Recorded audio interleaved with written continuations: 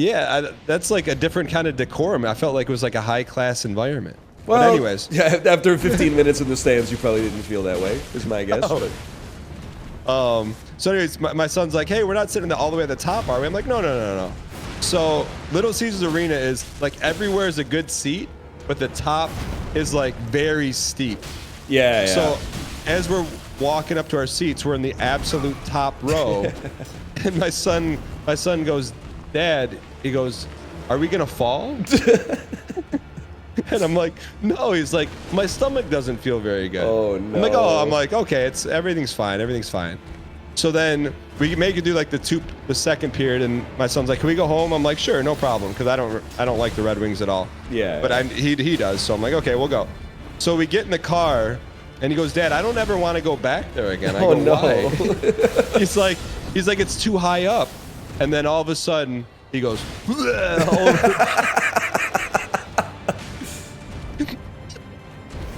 oh, dude. all over the back seat. Is he still strapped in the car seat too? Oh, that's a nightmare, man. Captive audience. I'm like, it's all right, buddy. We don't have to go back there anymore either. Holy. But I guess it like really affected him being so high up. It's kind of scary, I guess, for a kid, you know? Dude, it's a little scary when I haven't been to the Canucks games for a while. If we're in the upper bowl, I'm like, it is high up here. I got a story about me as a kid that I think you'll find very in character for me. Okay. Heel. Friday nights, mid 1990s, my mom and my grandma used to go out to bingo. You know, most Canadian Friday night of all time. So I would hang out with my dad and my grandpa, and usually we just go to like a restaurant and then maybe like Tim Hortons or something afterwards. So I remember my dad was driving, my grandpa was in the passenger seat, I was in the back seat. I'm 3 or 4 years old, right? Maybe I'm a little older because I wasn't in my car seat, but I'm very young. My dad said, or I say, Dad, I gotta go to the bathroom. You know how it was back in the day. He said, like, there's like a cup in the back, just go in the cup. So I am going in the cup, and I just remember that my grandpa said, like, Jesus Christ, what's going on back there? And then he looked back, and I was holding the cup, like, upside down vertically and peeing into the upside down cup. And I still remember, like, to this day, my methodology was just like, it feels bad to like be sitting down and then point your you-know-what, like push it down like in the proverbial toilet. So I was like, I'm just going to pee like straight up. I didn't think about the next step, obviously, which is, gravity. You still hear about that one? No, I think maybe they've forgotten about it, but I haven't. that one's going to stick with me. Did you get in trouble? I wouldn't say I got in trouble, but they were like, what were you thinking? And then I was like, you know what? When you put it that way, it was pretty dumb.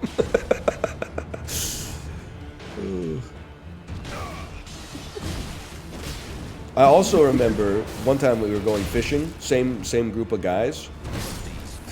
And we had the boat attached to my grandpa's trailer hitch on his pickup truck. We started going up a big hill, like a few miles away from our house, and I just hear thunk. And I look out the back window, and I'm like, Dad, Grandpa, the boat is rolling down the hill. And they went, what? And then he threw it in park, and they both got out and like sprinted and grabbed the, whatever you call the front of the boat, and just held it so that it didn't roll all the way down. Like, to this day, I don't know how much physical strength that must have taken.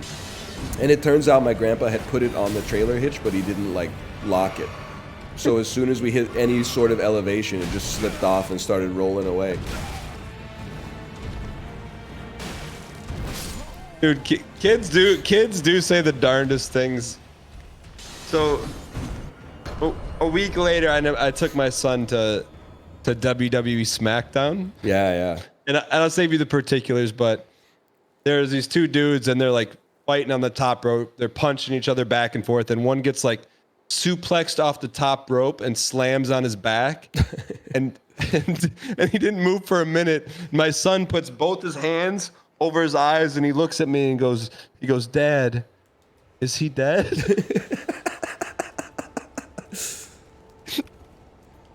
And what did you say? I just gave him a hug and I said, no, son, he's okay, buddy. He'll be on Raw next week. All right. All right, let's get this one.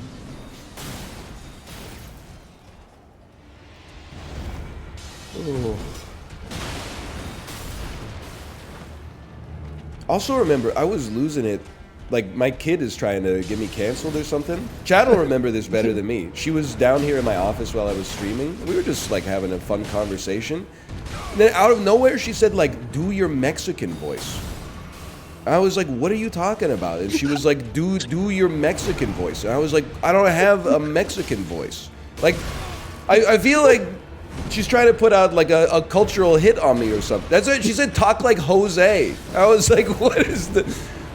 People who don't have kids are going to be like, oh, he must have a character called Jose that he does at home all the time to make his daughter laugh. And I'm like, I don't even know what she's talking about, man. Well, what's she talking about? I have no idea. I think she just wanted me to say, like, no way Jose or something like that. But then, like, people, like, well, I wouldn't even say people without kids, but lots of people are like, oh, if you hear a kid say it, imagine what they're talking about at home. I'm like, at home, nobody's mentioning Jose at all, man. I don't know where all this Jose stuff came from. Oh, when she hits you with the Mr. Toshi bit, then you know she's coming after the throne. Oh. I can already tell this is the one. This is the one. Okay, he doesn't even know who to attack. It's got hops, though. Oh, man. They're funny, though. All right, phase 2. All right, here we go.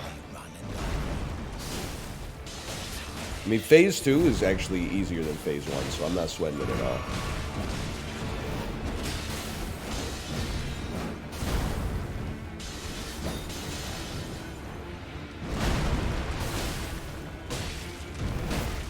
Dude, I got him on a string. All right, I'm tapped out. No flask? So, no. Nice stun. I hear that.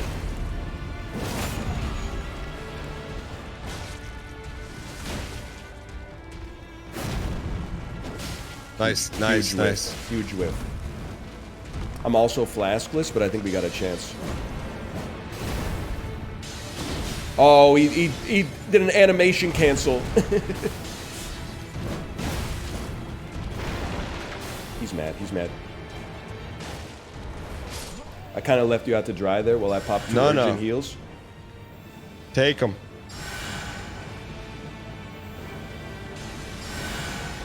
Did you see that? He's got to work on his aim a little bit, I think. Oh, that stings. All right. He didn't like that. He didn't like me talking about his aim. Watch this. Ooh, you gotta close that gap, brother. Never mind. Never mind. We can get him. I feel like we're oiled up. I know you hear the hum though. We're one away, no question. Yeah.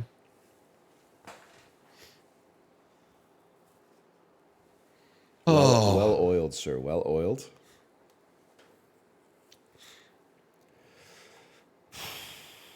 All right, this is the run. I'm really far ahead of you, huh? Yeah. Okay. I mean, you got like you have an M.2 drive or something? Do not. All right, it's our time.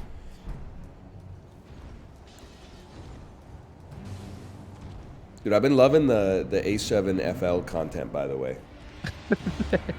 There's something so charming about like an independent sports league. You know, they're playing at a local high school field, full tackle football, no helmets, no pads. None of them are getting paid. It's like there's. You know how much a labor of game. love it has to be to play tackle football with no pads for free? Like that's. You got to be a true believer, man. They do a nice job. It's like before I signed the deal, I'm like, let's try one and see if it's fun. And I'm like, okay, this is actually really entertaining and fun to watch. It is. Yeah. I mean, I'm loving the culture, the emojis on the jersey, the 3-digit numbers, not actually having their last name on the jersey. How about David Tendy's having DT on the back of his jersey but not centered? That one, I think they might want to work on the alignment personally, but. All right. You think you've ever had a concussion? Yes, 1000%. Football? Well, so yeah, I played all through high school, and it was like my JV scrimmage, and we're going up against like this team, and like on JV it's supposed to be freshmen and sophomores, and I'm like, in this scrimmage, I'm like, there's definitely juniors and seniors in here, but whatever. Yeah. So I was playing safety, and they're running the ball, and this kid's probably like 6'2", and I come up to hit him, except our heads collide. And this is what I remember, because back then, like in the late 90s, you didn't really know about concussions, but it was like someone turned the lights out in your bedroom for a brief second, and then I look up, and then it's just a blue light because I'm on my back. Yeah. And then that's how I knew I know now it was a concussion, but then I didn't know. And they were like, "What are you doing, bro? The play clock's almost at 0. Get back out there." No, the coach was good enough to know to pull me out. But we had these things inside the helmets. They're called bladders, and there were these like picture like Young Frankenstein. You know that metal bowl they put on top of your head? Yes. That's what it is, but it's just filled with air. And they don't do that anymore. Some sort of bag of air. Yeah, and it just didn't work. But I was thinking about it because I don't think that I've ever had a concussion. Like, I think I would know. But there's definitely lots of times that when you're a kid, you just fall down and smash your head on stuff like all the time. I mean, you never felt like you had like the lights turned out real quick? I don't think so. I've definitely like fallen backwards while skating and hit my head on the ice though. It was probably just like a light brain bleed or something like that. Nothing too serious. Did you play ice hockey as a kid? So my hockey story is like this. My dad was like a hockey player in his youth, like a good hockey player, not pro but good. Yeah. So when like I was young, neighborhood good. like yeah, maybe county good. Okay. So he taught me how to skate when I was young. So I was like a pretty good skater, like age 3 to 8 or whatever, but I just didn't have that much interest in playing hockey. Then the spring break of 2nd grade, he was like, well, you already know how to skate. You know how to stop. You know how to skate backwards. Like, let's see if hockey's for you, right? So he enrolled me in this hockey camp for a week. I was too shy to get fully nude in the locker room at the time. So I wore like track pants and a t-shirt every day and just put all my pads on top of the clothes. And then like day 2, day 3, I remember getting this like horrible like discomfort in my stomach to the point where I went up to the coach and I was like my stomach feels too bad to play. And he's like, okay, just like, go change in the locker room. Then when I got home, I showed my parents. I was like, hey, here's what I'm dealing with down here in my undercarriage. It's like red and swollen and there's like sores on it. And they were like, you got to go to the doctor. I went to the doctor and it turns out I had something called jock itch, a fungal infection caused by an excess level of moisture trapped in your you-know-what region. Hey, did you tell your parents why you had it? Yeah. What did they say? Probably had the same reaction as when I peed in the cup upside down. They were like, why would you do it like that? And I was like, good point. I can see why people don't do that. So that was the end of your hockey career? Yeah, I had like like I don't remember if it was a cream or a pill or something, but I just took that, and the infection ran its course, and then that was the end of my hockey career. I feel like I kind of lucked out, because like youth hockey is like, it's hard, man. The practices are usually in the AM, so you know school starts at like 7:01 a.m. So your hockey practice starts at like 5:15 or something like that. Yeah, I mean, I feel like you gotta love it, man. Like, who wants to do that if you're a kid? Yeah, or a parent. Yeah. At least with baseball, you know, you just show up at the field at like, 6 p.m. or something like that. Yeah. Come on, man, come on. Although right now I don't recommend it. I'm coaching 4 different youth sports teams right now for my kids. That is insanity. And I'm like, I don't know how I agreed to this. So you got basketball? No, I got 2 baseballs and 2 flag football teams. So my sons are on different teams. Oh, I see. Yeah, this basketball season's over. Yeah, but I'm like, you know what? If I'm going to do this, so next time I won't do this, but since we're going to do this, is to go all the way. So this morning, I called a few parents at 7 a.m. I'm like, hey, you never sent me your kid's walk-up song. So this morning, I spent my morning setting up this iPad app. It's called like Walk Up DJ, so that my 7 and 8-year-old baseball team, when they go to walk up to their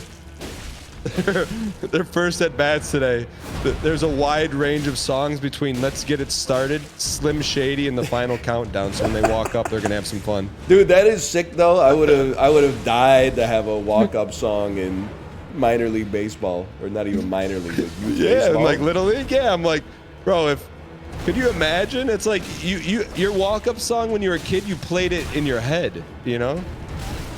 Yeah. But there's this kid on our team. He's like I would call him like a little husky. He's gonna be our 4 or 5 hitter. Yeah. But he requested this. He requested this song. I never heard it before, but everyone's heard it. It's called like Someone in Timmy Trumpet. Have you ever heard that song before? No, I've never heard I of this. guarantee you've heard it before. Like, it's played at baseball songs all the time. You just don't know what it's called. Yeah, Narcos. It's Narcos. You guys ever heard that? And I'm like, I don't think I know it, man. I guarantee I'll send it to you on Discord. But anyways, I'm like, this is going to be the theme song of the summer now, all because of our number 5 hitter, you know? Dude, kids sports are so funny too because they grow at like such different ages or different rates. I remember like our baseball team was always trash because it was made up of like the kids who were in between catchments for the other schools. So what's it was a catchment? Like, you go to X school if you live in this postal code. Oh, like I got you. So we were always made up of like the kind of, I don't know, the dregs. Leftovers? Yeah. But when I was like 9 and 10, I was 10. We had a 9-year-old on our team who must have been like 5'6", like 140 or something like that.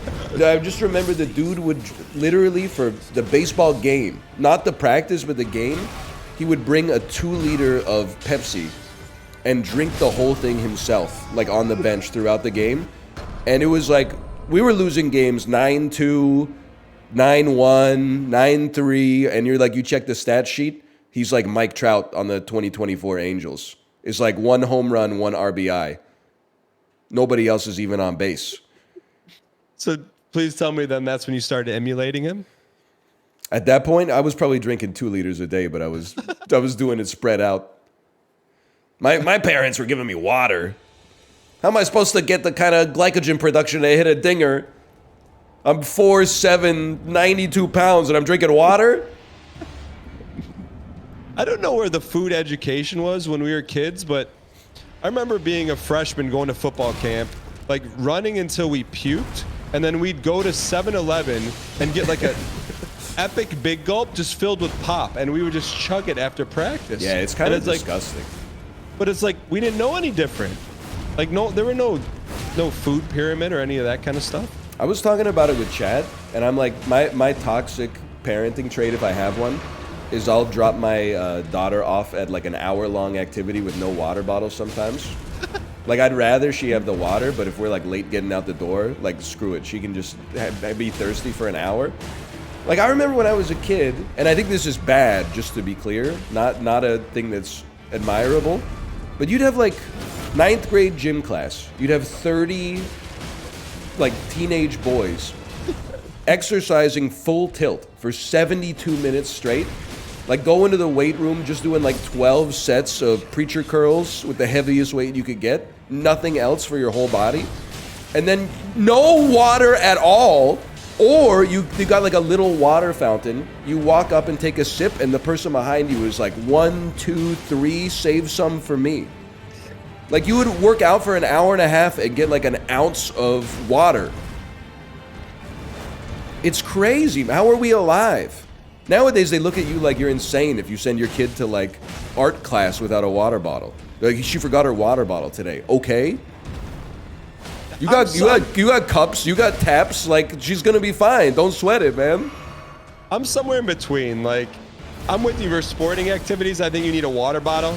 But, yeah, these days, for sure. These kids in school, they all got these like Omega 1-gallon water jugs. I'm like, bro, we used to have to ask the teacher to go get a drink from the fountain, and everything was okay. Now these kids, there's gonna be a study on cell hydration in these kids. Like, they just have water on tap, Netflix on tap, and whatever video game they want on tap. Where does it end? It's too much. In 1999, you could have taken any child out of a public school, dropped them in the Sahara Desert, and they would have not died of dehydration for like 2 weeks because they were used to it. Nowadays, you drop them out there, they'd be like, "No, my Stanley Cup, my Stanley Cup. I haven't had a sugar-free Minute Maid lemonade in 45 minutes. Give me a break, man. It's ridiculous, embarrassing. I mean, bro, it used to be like, I used to be scared to ask my teacher to get a drink of water. I'd be like parched, and I'm like, okay, would I rather just sit here and eat the cottonmouth rather than risk upsetting my teacher? Yeah. You know, and I would just eat in the cottonmouth. Or they're like, you know, you already had a drink of water 2 hours ago. Yeah. You know, when I was in like high school, I thought it was crazy you had to ask the teacher to go to the bathroom. I was like, I have to go when I have to go. I don't need to ask permission for that. Like, you're asking me, like, you know, are you going to force me to pee my pants here in class? Like, just because you don't trust me? After I taught in Korea for a little bit, I was like, I get it. You gotta ask. Most of you don't have to ask, but a couple of kids have to ask, and in the interest of fairness, I have to make you all ask. I could see you in high school getting it into it with a teacher who wasn't smart but acted smart. And you like question them. I never had an issue like that, but I had a friend of mine with a very similar demeanor. And I remember in the 6th grade, he got in a 45-minute long argument with the teacher in front of the rest of the class. Just like a complete failure to maintain decorum in the classroom environment. And the crux of the argument was my friend got marks taken away on his like math test because he didn't show all his work. And he was like, why do I need to show the work? It's like multiplying a 1-digit number by a 2-digit number. You just do it. The teacher was like, well, according to the curriculum, you have to do it. And he's like, well, obviously I know how to do it. Otherwise, like, I wouldn't have been able to do it. And what the teacher should have said is like, you know, we'll sort this out at recess or whatever. But instead, they got into an argument with the rest of the class sitting there until the teacher said, hey, like, you're misbehaving, go to the principal's office. And then my friend refused to leave, so our teacher took the other 29 kids out of the class and taught the lesson on the steps out in the foyer. What? It was just like the dude was not cut out for teaching, and he'd been doing it for like 35 years. Just to spite the kid? Yeah. He just, like, he's like, I can't lose this argument to this child, so I have to, like, remove everybody else from the ecosystem. What did you do when he's like, hey, we're leaving class? What did you do? We all left, man, and then left my friend to cry in there by himself. And then our teacher gave us a lesson about how to use a miter saw. Or a miter box, I guess.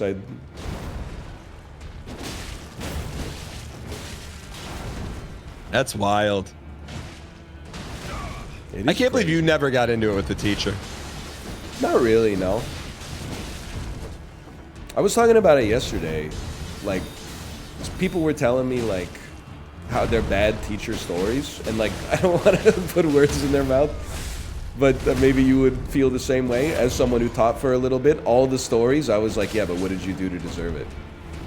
So I'm like, you know, some of them were like, my teacher told me in the 8th grade that I would never amount to anything. And I was kind of like, they shouldn't say that. But, like, also, what was the sum total of your pattern of behavior over the previous school year? Like, maybe they had a point. But I just feel like, I mean, you can't lose the room like that. Like, I thought in 9th grade that my math teacher was beefing with me.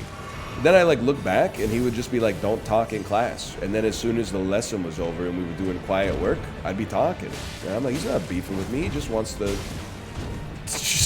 like the day to go smoothly.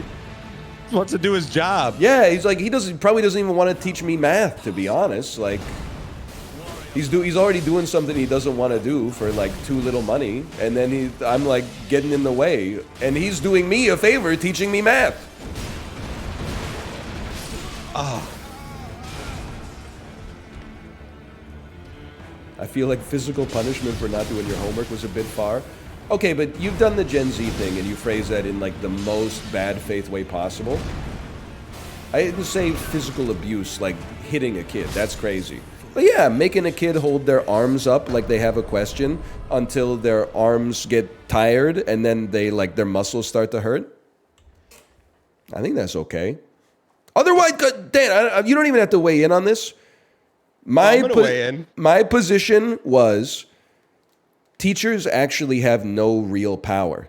They can't do anything to modify a child's behavior unless the child believes that the punishment works. It's like it's witchcraft. If the kid in your class is scared of the consequences of the punishment, then it works. If they're like, whatever, I'm just going to tank it, call my parents, they don't care anyway, I don't care if I fail this class, there's nothing you could do. Here's my take. I'm going to break the fourth wall for a minute. Okay. I disagree. I think you can help influence or change a kid's behavior if they know you care about them. Like, you know, you set up, it's a relationship where they know that you actually care about them, you're trying to help them, you're trying to teach them. Then I think you can do it. But fourth wall back up. There's 2 kids that in my years of teaching, I wouldn't say that got to me, but did something that made me, I won't say lose it, but that actually made me angry. I may have told this one before, so tell me if not. Okay. So I used, for some reason, I was able to take one of my, I might have taught like typing or something, I just picked up the class. Anyways, one of the things I allowed the kids to do in the computer lab, and I facilitated it, I had USB drives with, I think, Halo 1 on it. Yo. So they could, once all their work was done, I go, okay, everyone grab the USB drives, you can put them in, we can play Halo. And like, so the kids would work extra hard and fast, they'd get the work done.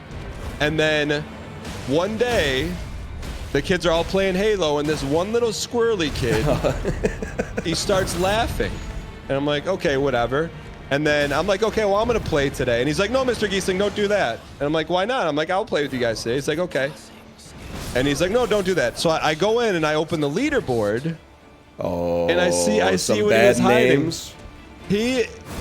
I didn't even have to ask who it was. I knew it was him, and I didn't know what the word was. I didn't know what it meant, so that made me more upset. Yeah, but the word, his name was Sweaty, and it starts with the letter G, and it's like a area of the body between 2 other body parts.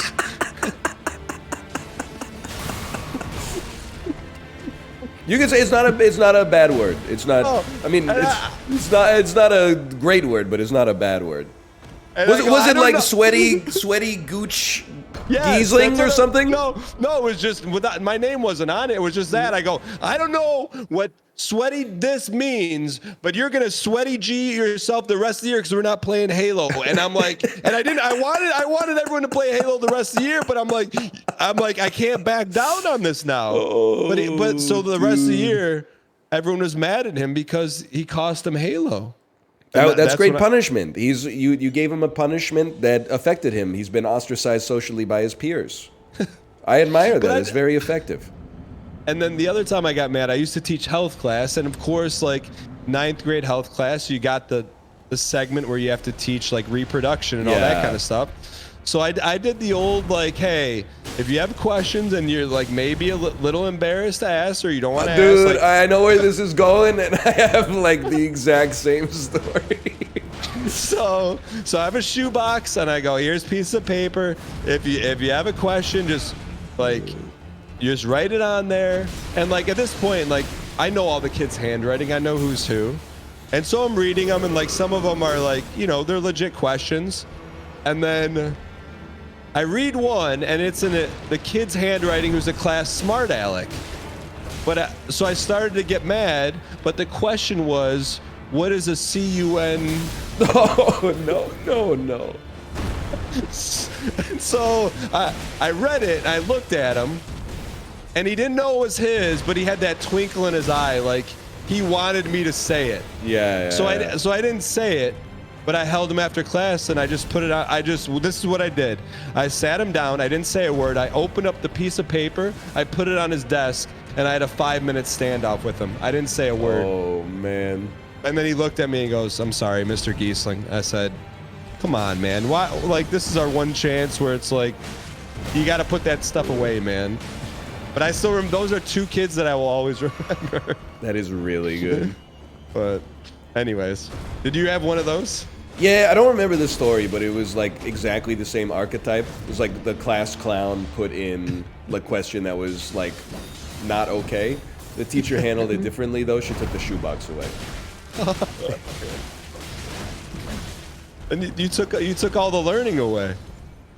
It's the box. I had a lot of good questions in there. I'm still looking for answers to, honestly. Did you ever have to do the, like as a teacher or as a student, the one where to get over the words being funny, you have them go up to the front of the class and then pick a word out of a hat and then say it without laughing? No. What is that? Our 8th grade teacher in health class made us do that. Like before the health unit started, she was like, we're going to write down like all the words that we're going to use. No. And because it's not funny, like everybody to get over it, you have to go up, pick a word, and then like say it without laughing. And then we're going to go until everybody in the class is gone. Brother, I got to tell you, that's one of 2 things. That's either content creation in 2000 or she had some kind of kink, because that's not normal teacher behavior right there.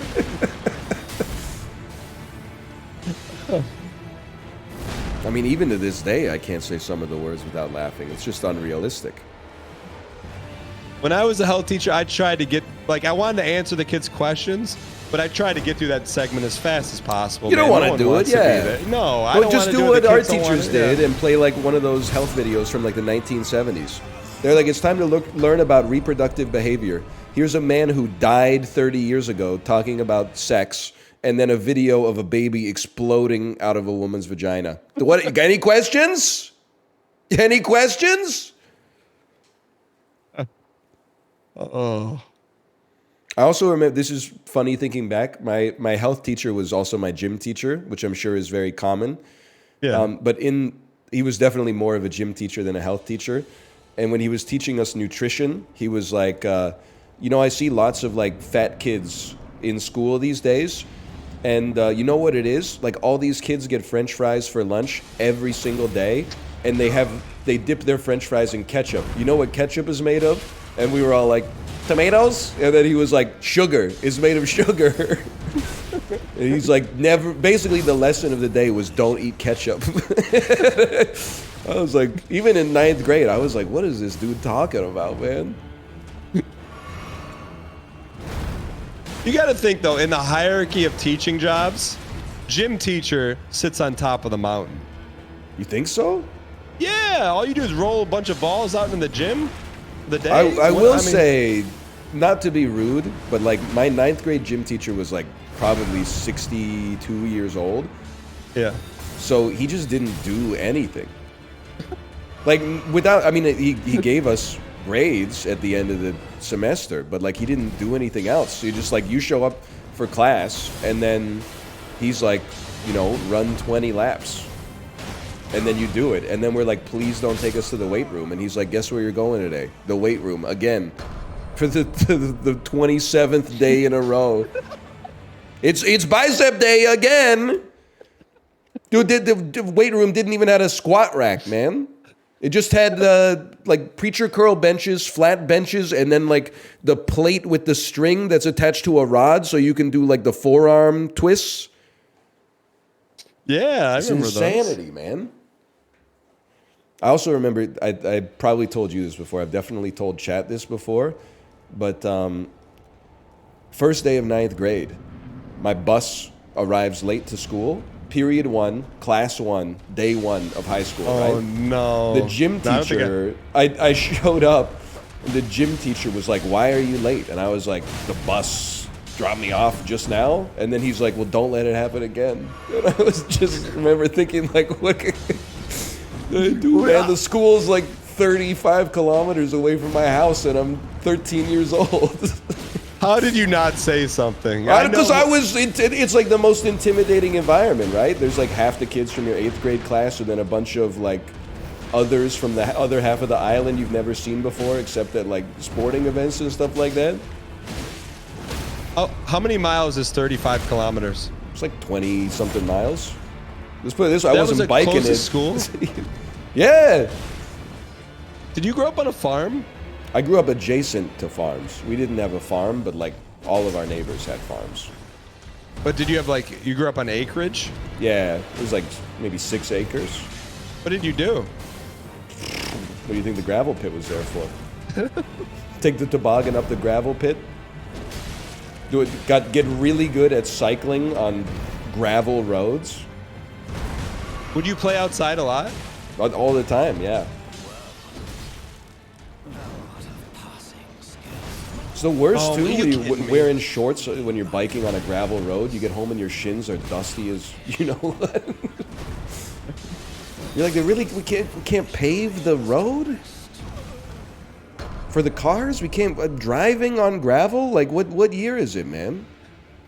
Did you have friends that were within biking distance or no? Yeah, because it was the 90s, like everybody on our street had kids that were like within 2 or 3 years of my age. Okay. So it was it was kind of like a perfect setup for childhood. We would just ride our bikes and then, build a ramp out of some loose wood and then drive our bikes over the ramp or something like that. In the wintertime, when we got older, a couple of the kids had snowmobiles. You put the Brett Hull GT Racer on the back of the snowmobile with a tow cable and then just let her rip. I find it fascinating, like, kids around like 6 to 8, if you just put them like on a playground or something, they just figure it out and play. Like they don't have to know each other. Game. Yeah, it is crazy. And at some point we lose that, like where it's like we need something to do as opposed to just figure it out. I saw a tweet that resonated with me that there needs to be an app for men to find another man to like play catch with. I feel like it'd be so much easier to get into some male bonding if I just carried around like a baseball glove and a baseball. And then anytime I was like waiting in front of the daycare for the kids to come out, I was just like, hey brother, we want to do a little toss around? I feel like you are, when your daughter gets a little older, I feel like you are a few years out from your pickleball arc. I'm excited, honestly. I mean, I see you that being like Peloton 2.0 for you. Hopefully I can, when we start going to the mixers and we're not kicked out, meet some pickleball dads. I'd settle for tennis. I was laughing. I mean, I've been trying to get like more integrated into my local community, but it's hard because like I feel like watch your YouTube channel. Well, I don't know if you can relate. Maybe it's different because your kids are a little older, but there's stuff for kids. And you talk to the parents of that, and that's good. But then, like, when the activity's over, everybody goes home. And then there's stuff that's, like, for adults. But I feel like people our age, like, don't use the library, the community center. Like, they're busy, right? So the scheduling for all of it is determined by, like, the senior citizens who find themselves on, like, the executive committee. Like there was a club I wanted to join, and I was like, I didn't get a chance last year because we were swamped, but I was like, this year I can make the time for it. They're like, okay, the introductory sessions, there's 3 of them and it's free. I was like, great, when is it? They were like Thursday, Friday, Saturday, 11 a.m. to 1 p.m. I was like, I'm taking back my application. I can't do it. Are you insane? Thursday at 11 a.m.? You know, like, and they're always like, we don't understand why, like, young people don't join up on this club. And I'm like, because they're at work, you freaking idiot. You gotta run this stuff Friday nights, Saturday afternoons, Sunday afternoons. What was the vertical of interest of the class? The vertical of interest. Like, I don't want you to tell me the exact class you're gonna take, because then someone will find No, you. it was like a sport. Oh, cool. I'll tell you this, like, the gold standard. I'm the gold standard. The unicorn, as a parent with kids, is like, if you can find a couple who have a kid or kids around the same age as yours, and the kids get along, and the parents are cool, that's like unicorn. Because like sometimes you just settle for, okay, our kids get along, but the dad's resident sleeper, but we got a couple like that for sure. Yeah. But it's tough too because people get busy, you know? And then like we'll go to a play date. The play date starts at like 2. Maybe you have a glass or 2 of wine, and then all of a sudden, you know, you're like, well, it's time to go. 6:15 is bedtime. You're like, I thought we were just getting it started, but oh right, I forgot we have kids. Look, I'm not always just brutally honest. I'm gonna be brutally honest. My kids in the upcoming next week have like Wednesday and Thursday off. And like when my wife told me that, it was like, bro, it's like, it was the equivalent of Ben Affleck, Dunkin' Donuts, yeah. And I love my kids, but I'm like, man, that Monday through Friday, that 9 a.m. to 2 p.m. time slot, that is like, it's precious. Yes. And yeah, we'll do something fun. You know, maybe I'll take some time off, but it's like, bro, that's what the weekends are for. It's nice, like, to have the opportunity to vent about it a little bit, for sure. Yeah. Because, like, I don't know if you find this, maybe you keep it a little bit more impersonal on stream, but whenever I talk about it in chat, it's always like people my age without kids that are like, you know, well, you should enjoy spending time with your kids. Yeah, and I'm like, I do enjoy spending time with my kids, but like, also, I got stuff to do. Like, I got stuff to do. I need like a little bit of me time.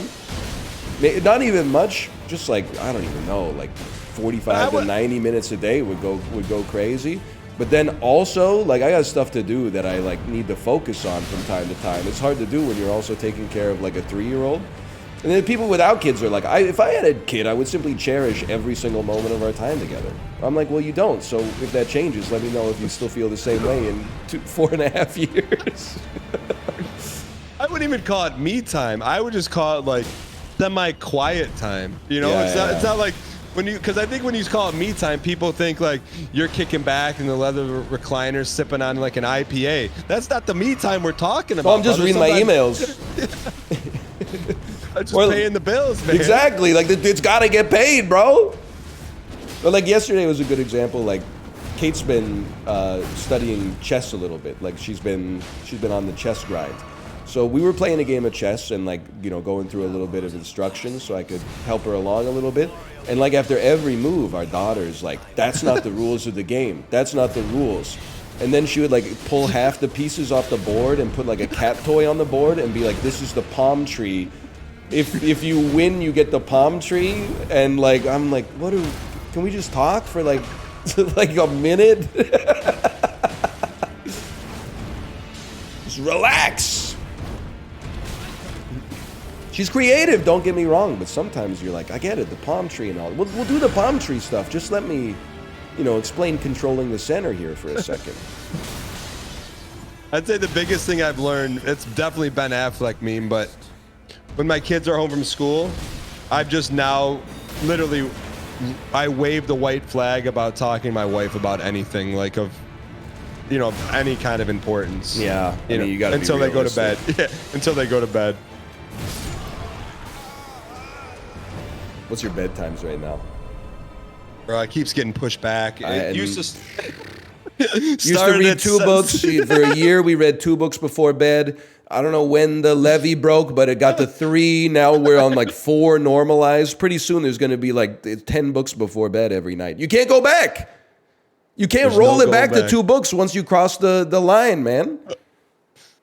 No. No, I'll tell you, like, to me, there's the moment of when you put him down for the night and then you turn the lights off and close the door. To me, that used to be like sacred time. But now, like, to me, that's gone because like 10 minutes later, I hear that door crack and then it's just back. It's back to Ben Affleck meme. I'm just like, come on, guys. Like, Dad needs a little help here, buddy.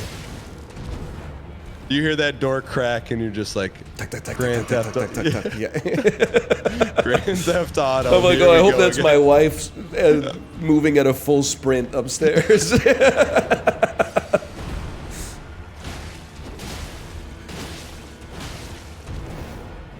And that's the thing, like, people hear this and they're like, man, these guys don't like their kids. No, we love our kids, but this is what they're not going to tell you on r/parenting. This is the real stuff. Because as soon as you say it, you're like, you don't want people to think you're a bad parent. No. But there's some honest venting in there. That's like that. There was. So do you know who Jeff Gerstmann is? No. He's ex-GameSpot here. Ex-GameSpot, like co-founder of Giant Bomb. Okay. Didn't that go under? Well, yeah, like. Okay. I mean, I don't know all about that. It got bought by another entity, and then many people made an exodus to like do their own thing. It's honestly none of my business. But either way, Jeff Gerstmann was. I don't remember where he was talking about it, but he was like, "Thanks Nintendo for shutting down the Animal Crossing like Nintendo 3DS servers. Like my 4-year-old daughter loved to play it and like drink coffee and stuff like that." And then it got picked up by Dexerto. It was like, Dad is mad at Nintendo for like shutting down this game. And then all the replies on Twitter that aren't like, holy cow, that's not just a dad, that's Jeff Gerstmann. All the replies are like, well, it's too bad. It looks like he's going to have to find a way to have fun with his kid without video games. Like, the dude was just venting, man. Now it's like he's a bad dad because his kid plays video games. It doesn't make any sense. But I guess that's just Dexerto repliers. So, I mean, what are you expecting? But I guess you're actually going to have to watch your kids for once instead of just turning on Netflix. It's crazy, man. I mean, it was mostly ChatGPT. I'll give him that, but... How many bottles you got left? 0, but I got Urgent Heal in my pocket anyway. Okay. Nice try. Well, he's got some agi on him. You see how he did that 180? Yeah. Go ahead, take a Looked shot. like Alyssa Steamer. I get that. Who was your Tony Hawk's Pro Skater main, Dan? The guy with the black hoodie, I think Bob Burnquist. Burnquist? Or the Burn Twist, I should say? No, the only thing I would do, whoever the guys where you could go up triangle and just keep riding the rails. That's what I was. Oh, he has the black hoodie. He's a street skater. I thought that was like Eric something. I don't know who it was. Chad Muska. Chad Muska was the guy doing the handstand. I mean, I'll fully admit, I was a Tony main personally. But really? Yeah, because at first I like the vert stuff. So at first I was like, I'm gonna go vert, but I'm not gonna be Tony. I'm gonna be like Bucky Lassick or like Rune Glifberg instead. But then I'm like, bro, the 900 is iconic. Right down circle, right down circle. Then in Tony Hawk's Pro Skater 4, they added Rodney Mullen with the flat tricks. So you could get a manual and then you could press like square, square, and he'd do like a handstand kickflip and it would keep your combo going. Then you just peter out till you get to a downhill. Then all of a sudden it's like revert, manual, vert trick, revert, manual, flatland, flatland, flatland, jump, kickflip, reverse manual, flatland, flatland, square triangle, square, square, square triangle, square, square. Oh, man. The thing is, if I were talking to anyone else, I'd be like, you're just making up moves, but I know you just recited your actual move pattern when you played that game. I was pretty good at Tell Tony me that's not first true. player. Well, I mean, I was a Tony main. So usually I'd go to a map that had like a half pipe. You go up the first wall and you do the up X ollie, so you get like your combo started early. Then you do 900, press R2 when you hit the ground, so you do a revert. Manual until you hit the next side of the half pipe, 900. Rinse and repeat until you don't have the speed for the 900 anymore. And that's when you go like parallel to the lip, and then you start doing your grinds. And every grind you do, you jump, and then you do like another flip trick in between.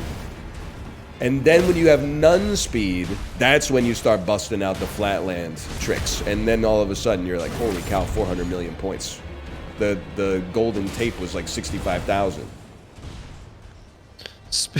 Speaking of Golden Tate, have you seen? I don't. It's like they're having the NFL draft in Detroit. Yeah. Tomorrow, but it's a great old meme, but it just resurfaced. Do you know the meme with Russell? Yes. Wilson and his ex-girlfriend or wife that is like the widest mouth of all time when he gets the phone call. Yes, it's like it's like demon time face. It's like lion demon face. It's a great face. She just got drafted. It is a great face. She was pogging. And I'm like, you didn't get drafted, but that's the face you make if you get drafted. She's excited, you know? I'd make that face if you got drafted, like into the NFL. Yeah. But so I Googled her. I'm like, what is she up to now? And then I read about, the other stuff. Yeah, he's with Sierra now. Yeah, no, I knew that, but I was more about what happened to Meme Face Lady. And that's where Golden Tate allegedly came in, but that's neither here nor there. All right. All right, we got a shot on this one. How much juice do you have? Lots of juice. Okay, I got two. Slightly less juice than a second ago. Still juiced up. I don't know, man. I mean, it's funny, but I'm like... Sports Twitter is like unhinged, man. You see the way they came for that WNBA player who was just a little goofy when she was eating popcorn on the kiss cam? Wait. She's popping the popcorn in her mouth and then going... Wait, I thought that was a wholesome meme. Like, did people made fun of her for that? No, but some people were like, that's kind of goofy, but whatever. And some people were like, I hate her.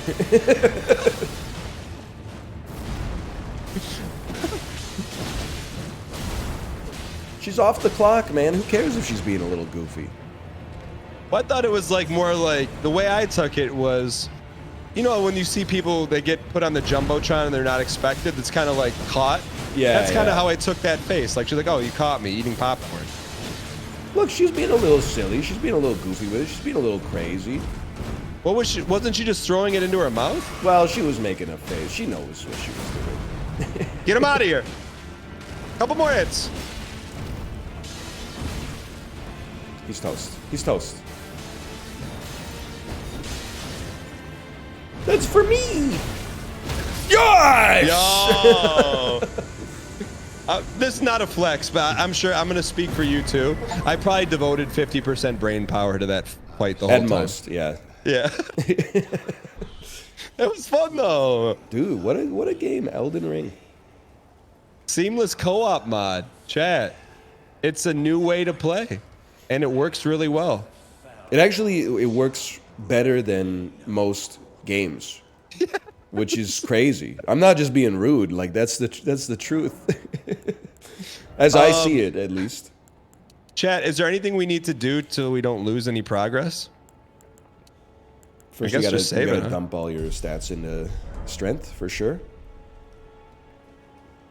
All right, I think I'm just gonna system. What would you do if I showed up, when we played this next, with a Giga Chad build? Level 187, full godly plate of the whale, shooting blue laser beams out of my face? I mean, honestly, I'd probably look at it and make pog face for sure.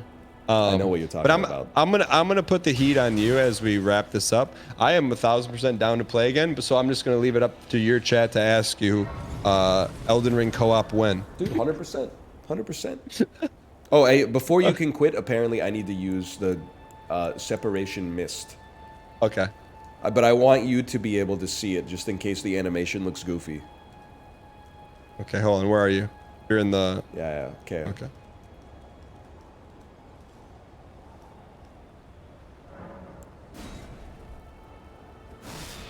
Your daughter when you drop her off in the Disney prison. Dude.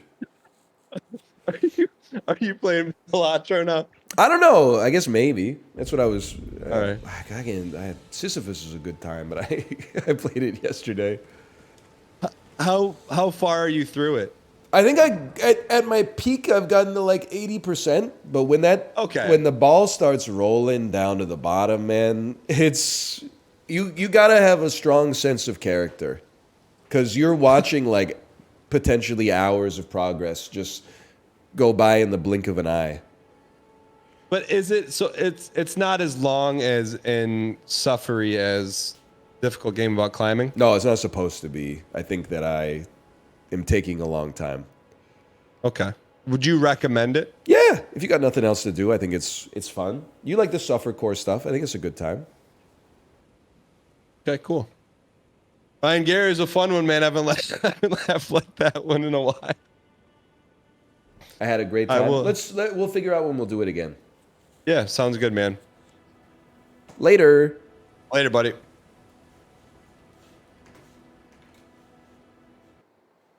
What a game. AAA games, man. Hello. Oh, AAA games. How about that? I'm going to go to the bathroom. When I come back, I guess we'll play some Balatro. See you in a second.